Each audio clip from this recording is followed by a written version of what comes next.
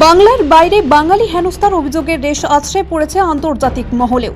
এবার বিষয়টি নিয়ে উদ্বেগ প্রকাশ করল নিউ ইয়র্কের এক মানবাধিকার সংস্থা। তাদের এক রিপোর্টে বিষয়টি প্রকাশ্যে এসেছে। তাতে ভারতের বাংলাভাষী লোকজনের উপর বিজেপি শাসিত রাজ্যগুলিতে অত্যাচার এবং অবৈধভাবে থাকার অভিযোগে ফেরত পাঠানো হচ্ছে।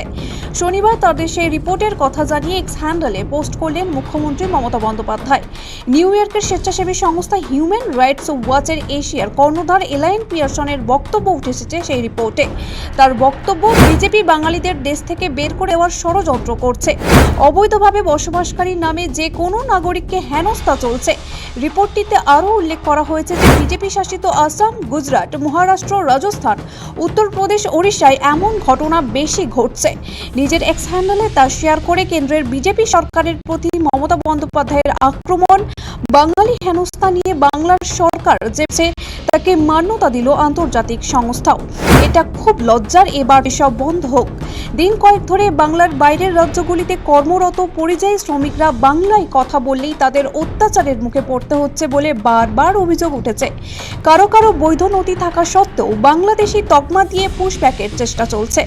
ভিন রাজ্যে এভাবে বাংলা ও বাঙালির অপমান নিয়ে ইতিমধ্যেই পথে নেমেছে তৃণমূল। 27 জুলাই থেকে জেলায় জেলায় ভাষা আন্দোলনের ডাক দিয়েছেন মুখ্যমন্ত্রী তথা তৃণমূল নেত্রী।